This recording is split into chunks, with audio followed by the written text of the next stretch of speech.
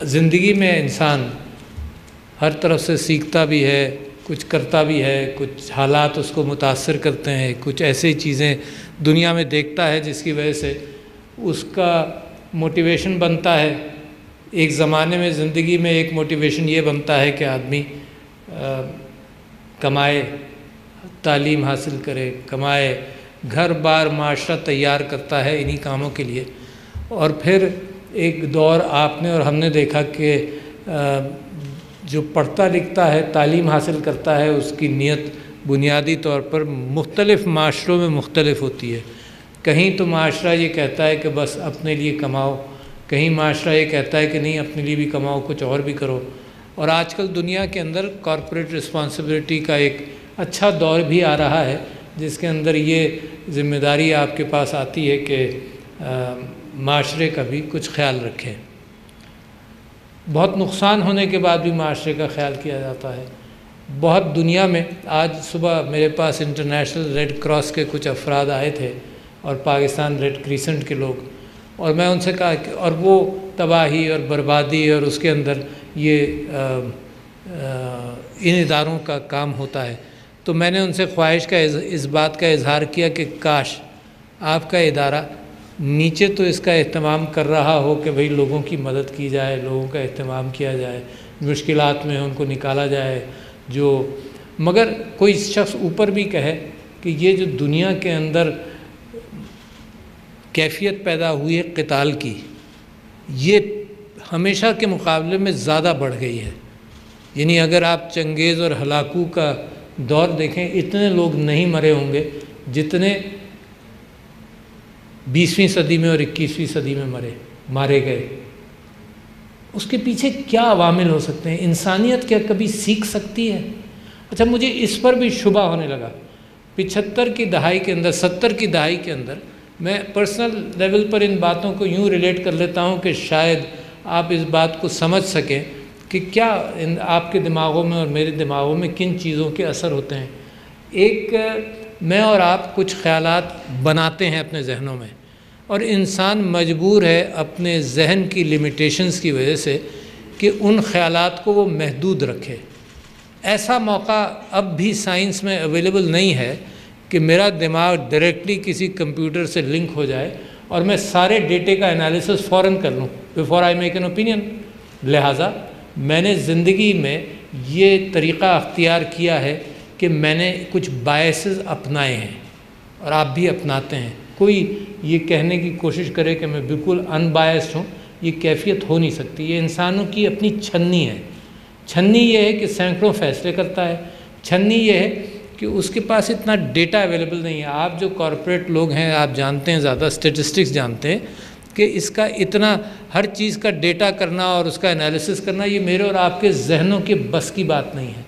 लिहाजा हम और आप अपने बायसेस पालते हैं। तो दुनिया में होता क्या है? क्योंकि इंसान की एक फ़ितरत है, मेरा और आपका डीएनए जो है वो 10,000 साल या 20,000 साल या 1,00,000 साल से इवॉल्व हो रहा है। It's a slow process. ये जो एल्गोरिथम है कार्बन, हाइड्रोजन और ऑक्सीजन का, ये इसकी जो कॉम्बिनेशंस हैं बड़ी कॉम्प्लिकेटेड सी हैं मगर इवॉल्व होती रहती हैं, स्लो है। मगर इसने जो पैकेज तैयार किया, जो आप हैं और मैं हूँ, इस पैकेज की लिमिटेशंस हैं। इसको बदलते बदलते कई सदियाँ या कई हज़ार साल और लगेंगे। मगर आपके टूल्स इतने बढ़ गए हैं, आपकी रीच इतनी बढ़ गई है कि वो आपके दिमागों से बहुत ज़्यादा। इससे पहले क्या होता था? 1000 साल पहले, 500 साल पहले, 300 साल पहले ये होता था कि अगर मैंने कोई बड़ा काम करना है तो मैंने अपने टूल्स के अंदर ये बात कही की कि मैंने लोगों को अपने साथ मिलाया, अपने ख़यालात में डाला, या बज़ोर बाजू उनको अपना फॉलोअर बनाया, और उससे मैंने अपने आप को एक बड़ी ताकत बनाने की कोशिश की। लिहाजा एक इंसानी ताल्लुक़ात की बुनियाद पर एक कम्युनिकेशन बुनियाद बनी इंसानी ताल्लुक़ की। अच्छा, जब कम्युनिकेशन बुनियाद बनी तो आप किस चीज़ का मजमुआ है? आप हैं मजमुआ इस बात का कि आपके दिलों के अंदर मोहब्बत है, आपके दिलों के अंदर नफ़रत है, आपके दिलों के अंदर फोबियाज़ हैं, हम सब के दिलों के अंदर मौजूद हैं। इसकी एक कॉम्बिनेशन, और फिर आपके तजुर्बात उसके अंदर मिल जाते हैं। उन तजुर्बात के और जिनको मैंने बायसेस का, उन बायसेस की बुनियाद पर आप फ़ैसला करते हैं और मैं फ़ैसला करता हूँ। तो मैं एक ज़माने में तो बड़ा खुश था कि इंसान तरक्की कर रहा है, इंसान जंगों से निकल जाएगा, हर चीज़ का एनालिसिस कर चुका है। और 70 की दहाई में मैं ज़्यादा कॉन्फिडेंट था। मैंने देखा था कि अमेरिका वियतनाम की जंग से निकला है और सीख चुका है। अब एक कौम जब सीख चुकी है तो अब वो ये चीज़ तो नहीं भूलेगी। लो एंड बिहोल्ड 80 की दहाई के अंदर जब सोवियत यूनियन अफगानिस्तान में गया तो सब ने, अमेरिकनों ने भी अपने सीने पर हाथ मारकर कहा कि देखो हम तो सीख चुके हैं, ये अब सीखेंगे। उन्होंने भी सीख लिया। फिर 90 की दहाई के अंदर फिर क्या हुआ, फिर अमेरिकन दोबारा इन चीज़ों में घुस गए, चाहे वो मशरिक़ वुस्ता हो, चाहे वो इराक़ हो, चाहे अफ़गानिस्तान हो। तो हुआ क्या, एक कौम सीख कर दोबारा क्या कैफियत पैदा हुई कि वो दोबारा वही उसने किया। तो मैं इस नतीजे पर पहुंचा, मुझे United states institute of peace ने बुलाया था शायद 2014 या 15 में। तो बड़े बड़े नाम उन्होंने बुला लिए थे, रॉबिन रफ़ाएल और बहुत सारे लोग। तो मैंने उनके सामने ये बात पहली मर्तबा रखी कि मैं कन्विंस्ड हूँ कि इंसान के दिमाग की जो उपज है वो हमेशा ऐसी ही रहेगी, इट वोंट चेंज। सोसाइटी अपने आप को टेलर करेगी, सोसाइटी अपने आप को डिसिप्लिन करने की कोशिश करेगी, but the best of societies के अंदर ये रिवोल्ट इंसानी जहन का ये आता रहेगा। ये मैं और आप, हमारे डीएनए का एक कॉम्बिनेशन है। लिहाजा आप दुनिया के अंदर यही कैफियत देख रहे हैं, जो ताकतवर है, जो गरीब पर काबू पाता है, कमज़ोर पर काबू पाता है, जो जंगें हैं। बड़ा अच्छा आपको बहुत सारे ऑथर्स हैं जिन्होंने बहुत कुछ लिखा है। एक इंटरनेशनल लिंग्विस्ट है, उन्होंने लिखा है who rules the world, Noam Chomsky है। बड़ी तफसील से बहुत सैकड़ों इंसिडेंट्स लिखे हैं कि कहाँ पर क्या किस तरह से साजिश की जाती है, हुकूमतें गिराई जाती हैं। It's not one superpower to blame. Machiavelli की द प्रिंस थी, ये this is not one superpower to blame, it is इंसान जिसके हाथ में ताकत और ह्यूब्रिस पैदा हो जाती है तो वो झूठ सच को, खुद झूठ सच को मिलाकर वो सच समझता है, चाहे वो वेपन्स ऑफ मास डिस्ट्रक्शन हो, फेक न्यूज़ हो, और आजकल भी चलता रहता है। आपने अभी देखा कि हमारे आज एक प्रेस कॉन्फ्रेंस हुई, शायद आपने ना देखी हो, मैंने भी सुना ही है कि ये जो न्यूजीलैंड का टूर कैंसिल हुआ, इसके अंदर फेक न्यूज़ के ज़रिए सारा काम कर लिया गया। What a strange world. मेरे और आपके ऊपर कितना असर होगा इन चीज़ों का, मेरी और आपकी औलाद पर कितना असर होगा, उसको कैसे डिस्क्रिमिनेट करेंगे लोग कि ये झूठ है और ये सच है। और इसके अंदर एक सोशल मीडियम आ गया। मैंने बातें तो बहुत सारी करनी थी, मगर जब निकल जाऊंगा जिस रास्ते पर तो मुझे सब्र के साथ सुन लीजिएगा कि जिस रास्ते पर जो निकल गया सोशल मीडिया के अंदर, तो वो वापस नहीं आता। और मेरा एक कंटेंशन रहता है कि मैं भी जो बात कहता हूँ वो मिसइंटरप्रेट हो जाती है, और मैं अपनी चॉइस से, मेरी ज़िंदगी भर की काविश है, ज़िंदगी भर की काविश है और जारी है।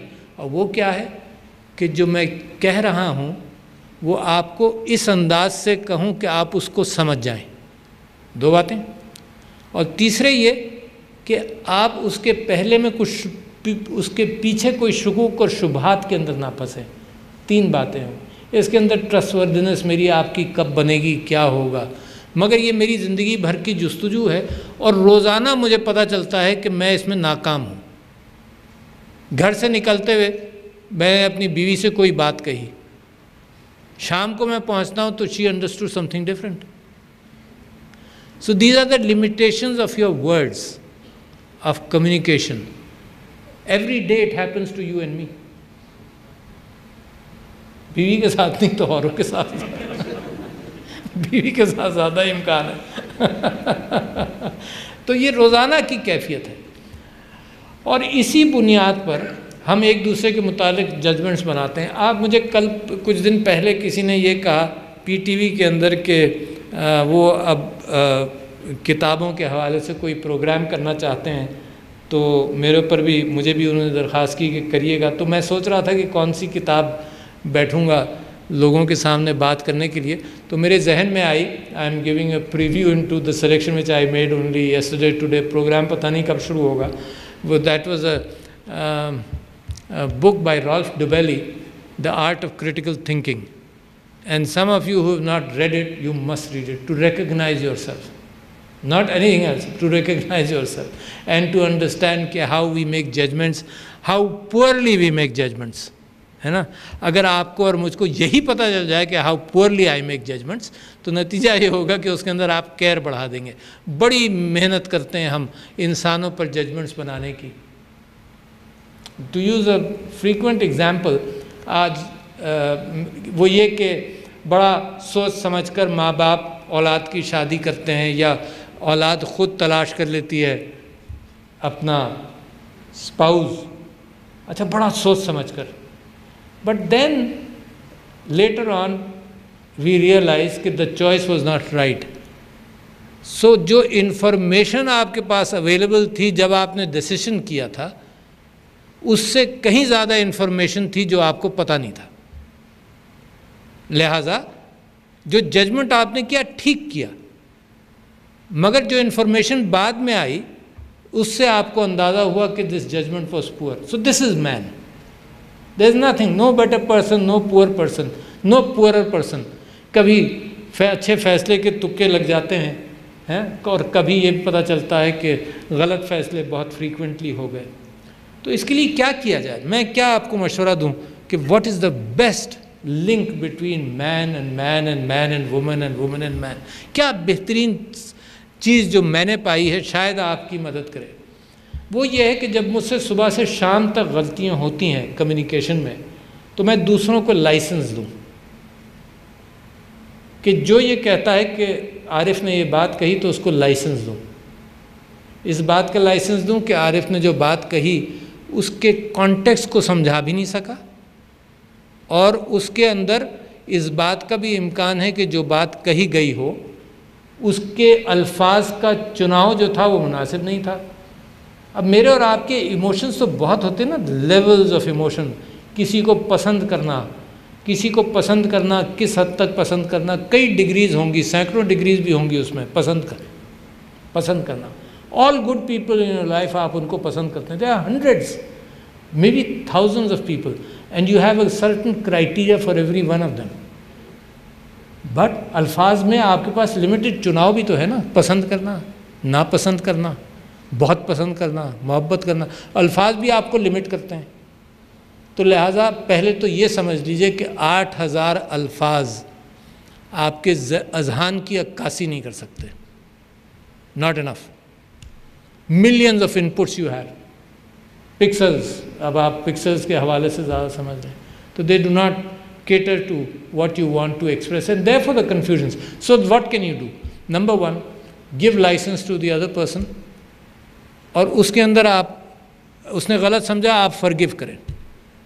इस बहस बिल्कुल बेकार होती है कि नहीं मैंने तो ये कहा था, तुमने ये सुना, मैंने तो ये कहा था, और तुम बेवकूफ़ आदमी हो, जो अल्फाज मैंने इस्तेमाल किए थे बड़ा क्लियरली मैंने तो ये कहा था। यूजलेस, दरगुजर करें। कहाँ आप दरगुजर करते हैं? You form a very strong bond. आप अपनी औलाद के साथ बहुत सारी चीज़ें दरगुजर करते हैं, पड़ोस की औलाद के साथ नहीं करते, अपनी औलाद के साथ दरगुजर करते हैं। उनकी गलतियाँ, उनका, sorry to use the word, हगना मूतना, आप सब उसको हैंडल करते हैं। तो जो बॉन्ड जिसको आप खून का रिश्ता कहते हैं, वो एक्चुअली एक दरगुजर का बॉन्ड है। जो माँ बाप दरगुजर करते करते औलाद को सब माफ़ करते चले जाते हैं, मगर आप पड़ोसी को नहीं माफ़ करते। लिहाजा आपका सर्कल ऑफ दरगुजर is limited, of trustworthiness is limited. अगर आप इसको बढ़ाएंगे तो आपका circle of trustworthiness and love बढ़ेगा। खैर, ये तो वो मैं अपने और आपके दिमाग की लिमिटेशंस का जिक्र कर रहा था, and I can go on and on. I enjoy this intellectual discussion, very frequently. But where is Pakistan today? And where we were and where we don't want to be. This is something very interesting. No nation is built on primarily its own resources. और अगर आपने resources का ज़वाल देखना है और resources का ख़राब इस्तेमाल देखना है तो बहुत सारे ममालिक हैं, Nigeria, oil rich country with a fantastically honest governance in the 60s, fell to corrupt individuals. So all the resources of the earth cannot handle that corruption. तो ये आपने तो nations are built on intellect and azhan and commitment. तो ये जहनों की पाकिस्तान जो है, पाकिस्तान को हम जो नई मंजिल देखना चाहते हैं वो मंजिल देखना चाहते हैं जिसके अंदर मेरी और आपकी स्ट्रेंथ, मेरे और आपके अजहान हो. It's not necessarily scientific knowledge, it is how a nation behaves generally. तो पिछले दिनों मैंने पार्लियामेंट में एक रुदात खींची थी, मैं रिपीट नहीं करूँगा. मैंने उसमें पाकिस्तान की स्ट्रेंथ्स का जिक्र किया था और सिर्फ एनुमरेट करूँगा to save your time and maybe go to some other topics.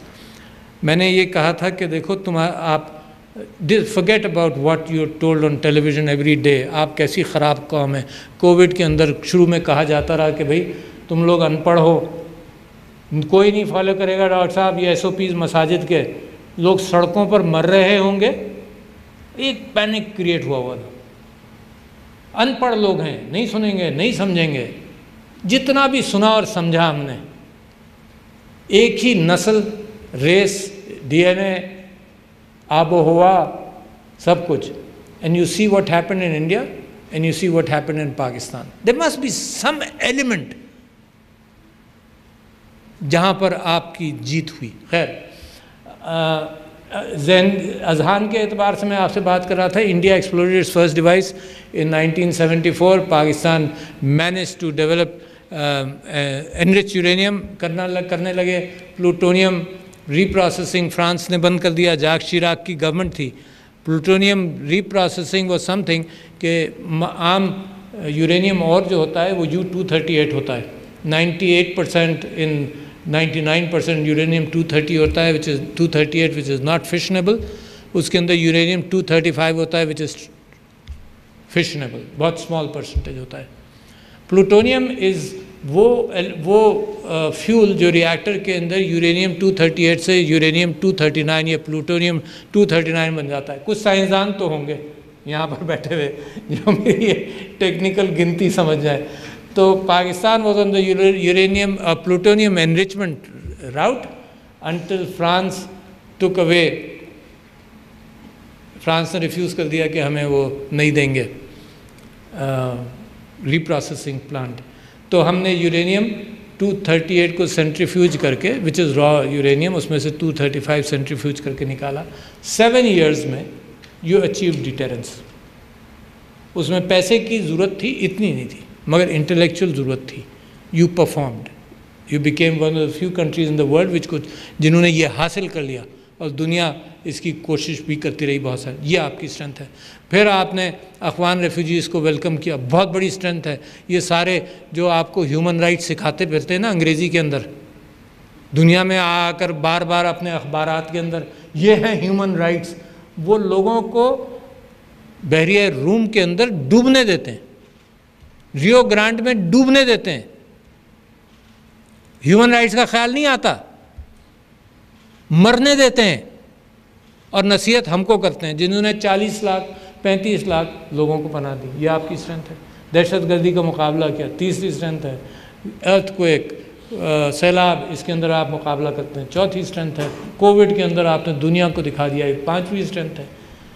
ये this is what you were, this is what you have become. Very important. Covid के अंदर कंपैशन के साथ आपने हैंडल किया, ये आपकी 6ठी स्ट्रेंथ है. ऑर्गेनाइजेशन शो की, जो क़ायद आज़म फरमाते थे कि तंजीम जिस तरह की भी आपने दिखाई, इट वाज इफ़ेक्टिव, ये आपकी स्ट्रेंथ बनी.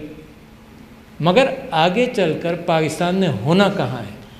देखो, ये मैंने आपसे कहा कि ओर्स, नेचुरल रिसोर्सेज ज़रूरी हैं, मगर कौमें इनके ऊपर नहीं बनती, और मिसाल भी मैंने आपको दी, कौमें बनती हैं हाउ रूली द नेशन इज़, कितना अपने ऊपर उसको काबू है, कितना वो एक दूसरे की फ़िक्र करती है।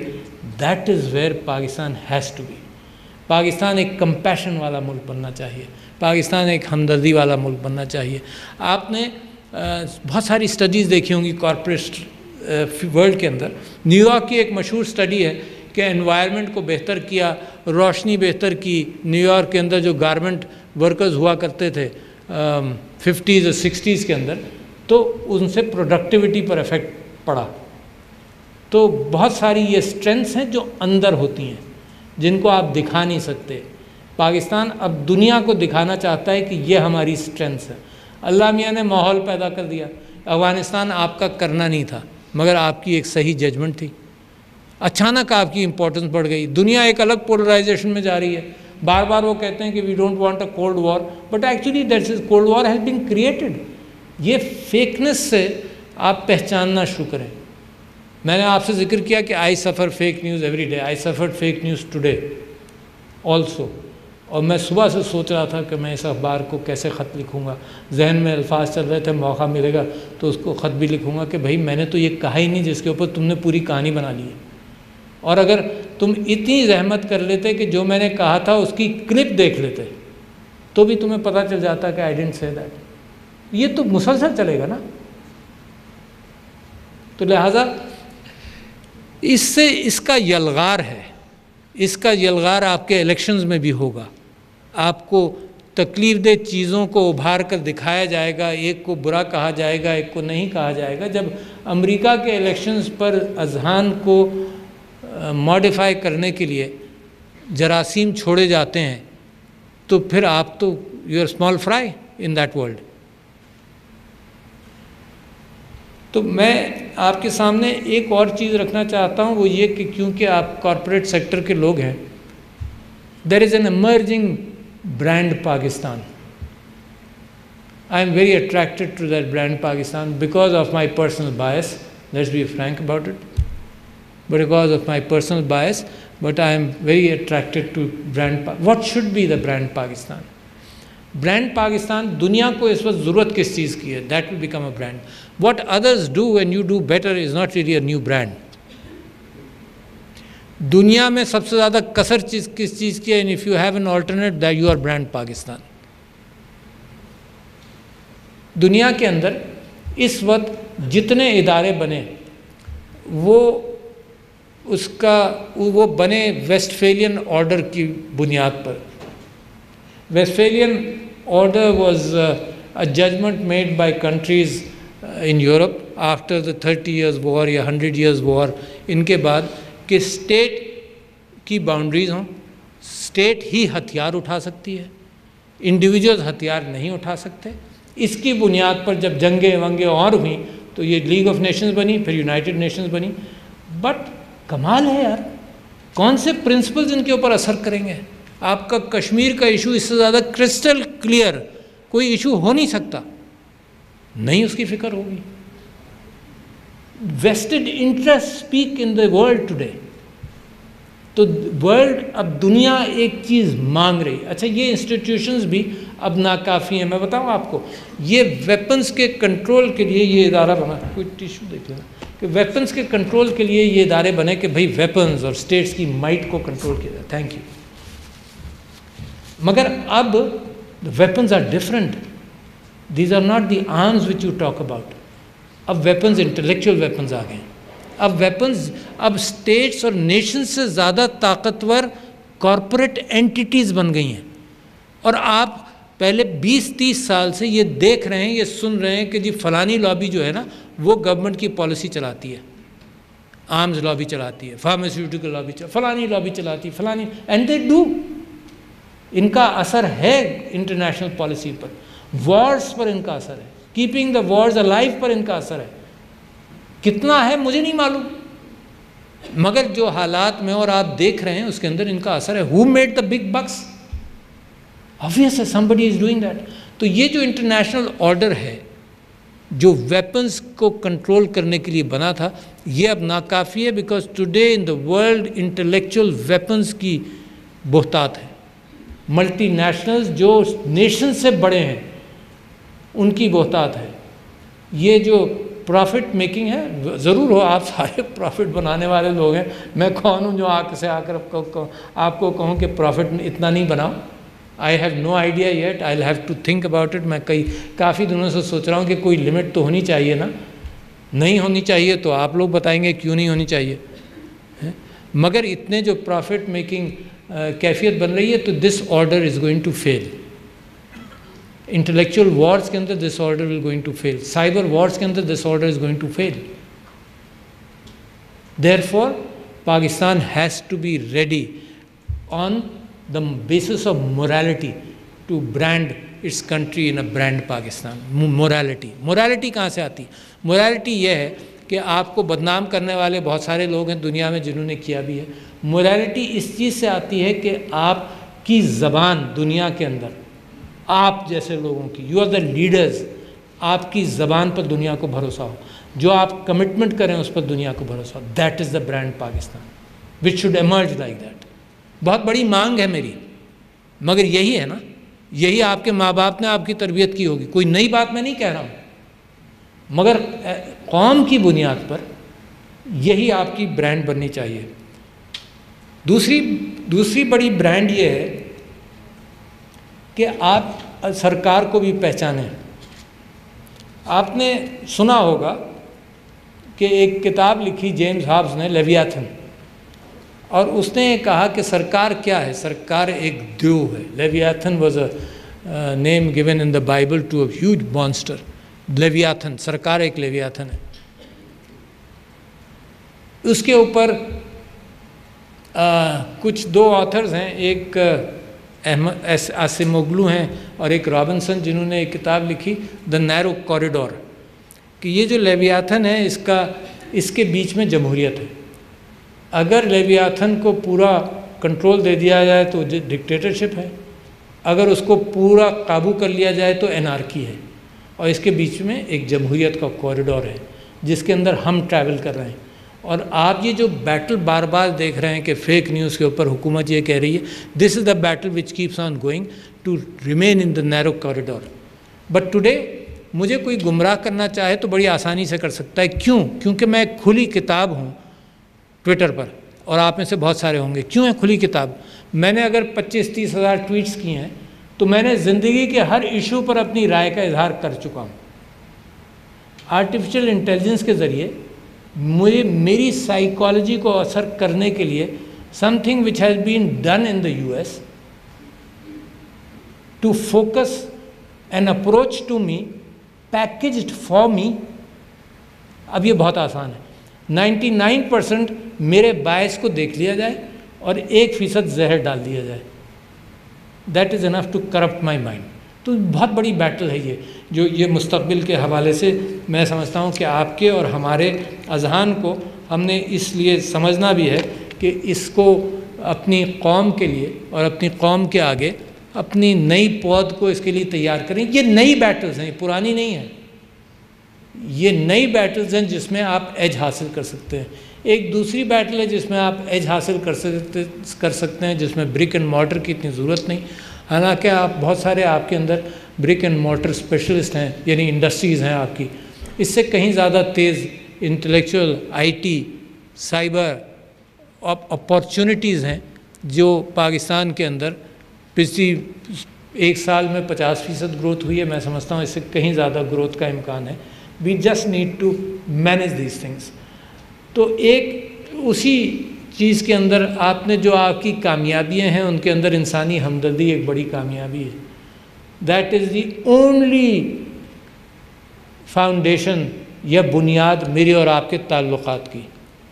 मेरा आपका कोई लेन देन नहीं है, आप माशरे में जाएंगे एक दूसरे के साथ आपका कोई लेन देन नहीं है।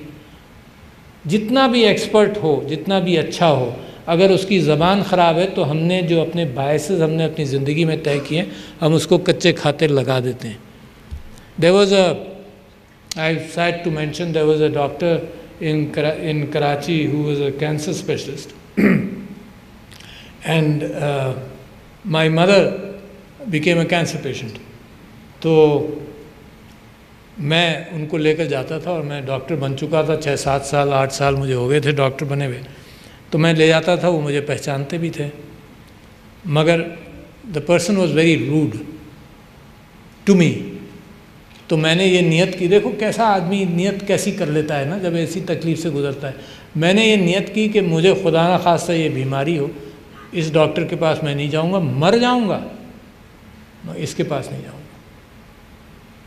तो मेरा और आपका ताल्लुक़ और दुनिया के अंदर come back to people, it's not facts and figures on paper, it's how you treat your family, how you treat your friends, how you want your nation to be. And there are brilliant prospects as soon as we understand कि हमें करना क्या, अपनी ज़िंदगियों में क्या करना है। मैं तो कहता हूँ आप मुल्क का तो बाद में सोचें, जो मैंने आपसे बातें की हैं वो आपकी ज़िंदगियाँ मॉडिफाई कर सकती हैं, उसी में से लीडरशिप इमर्ज करती है। Leadership is recognising what is around. मेरे नबी सल्लल्लाहु अलैहि वसल्लम की लीडरशिप, जब वो पहाड़ पर चढ़कर उन्होंने पूछा कि अगर मैं तुमसे ये कहूँ कि इधर एक फ़ौज है तो तुम यकीन करोगे? अच्छा, that's the biggest test of leadership. तो लोगों ने कहा हाँ। तो पूछा क्यों? तो उन्होंने कहा कि इसलिए कि आप सच्चे हैं, आप ईमानदार हैं। That's the trustworthiness. But on the पहाड़ दैट इज़ विजन। विजन के साथ अगर आपने ट्रस्टवर्दीनेस पैदा कर ली, doesn't have to be a big impact on a $1 billion corporation, वो तो बात की बात है। घर की खुशी तो प्राइमरी है, आपकी ज़िंदगी की खुशी तो $1 बिलियन कॉरपोरेशन से नहीं आएगी। It is within you, it is in your reach to be happy.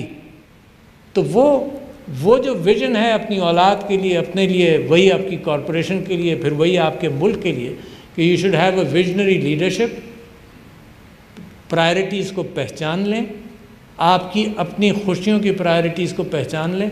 तो चाहे बिज़नेस हो, चाहे मुल्क हो, चाहे आपका घर और आपका ख़ानदान हो, आई बिलीव कि that is where you as individual should be, you as a corporation should be. आजकल कॉरपोरेशंस के अंदर भी आपकी रिस्पॉन्सिबिलिटीज़ के एतबार से कि स्टॉक होल्डर्स को के लिए रिस्पॉन्सिबल हों, आप अपने वर्कर्स के लिए रिस्पॉन्सिबल हों, आप आज के माशरे के लिए रिस्पॉन्सिबल हों, आप मुस्तक़बिल के माशरे के लिए रिस्पॉन्सिबल हों, और आप एनवायरनमेंट के रिस्पॉन्सिबल हों।